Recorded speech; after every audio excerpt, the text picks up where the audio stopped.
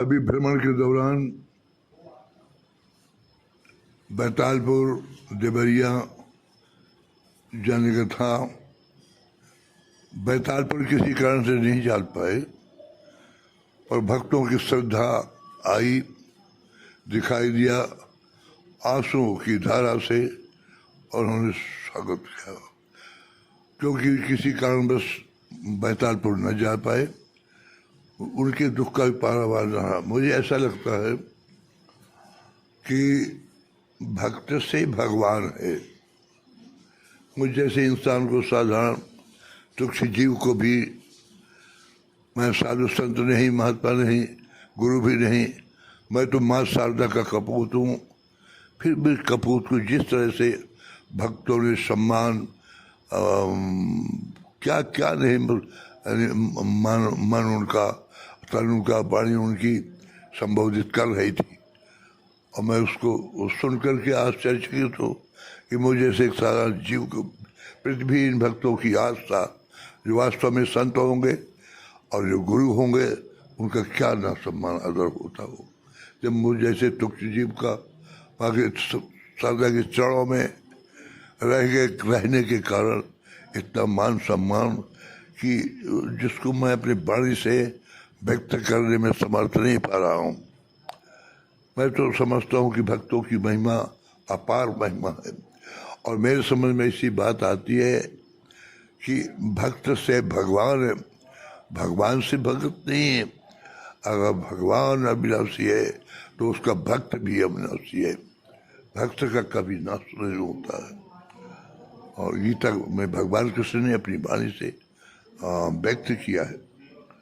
और मैंने जो देवरिया के भक्तों में पिछली बार और भक्तों में अपार भीड़ का जो देखा, संग्रह भक्तों का, विस्मय सब हो गया।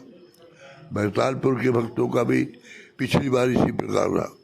इस बार किसी कारणवश मैं नहीं जा पाया, बैतालपुर देवरिया में रह गया। लेकिन बैतालपुर के लोगों का दुख न जाने का मुझे भी अफसोस रहा। वहाँ से मैं जौनपुर चला आया।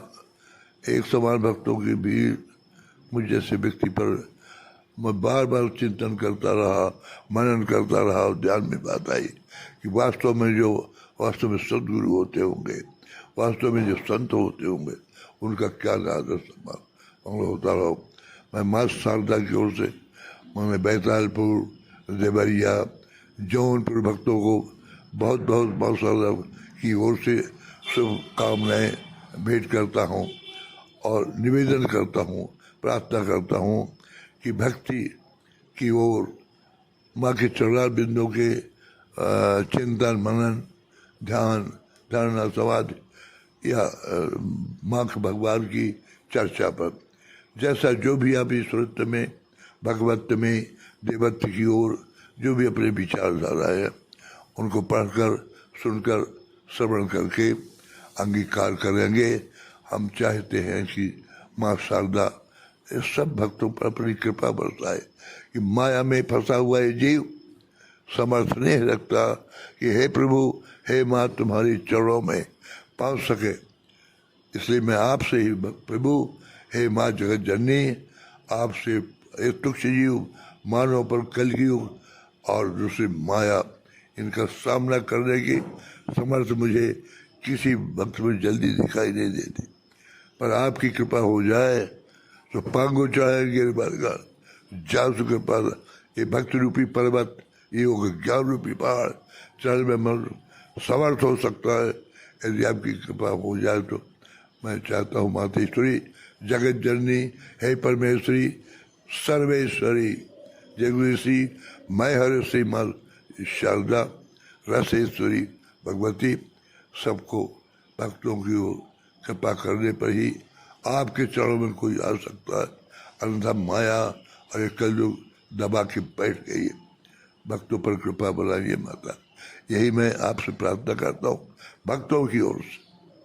मैं तो समर्थ हूँ नहीं, मैं किसी को कुछ करने लायक भी नहीं, लेकिन हे माँ जगत जननी, आपसे प्रार्थना भक्तों के लिए करता हूँ कि इनको ज्ञान, बुद्धि, विवेक अपनी ओर आकर्षित करने की प्रेरणा देने वाली जगत जननी मातेश्वरी आप ही कर सकती हैं।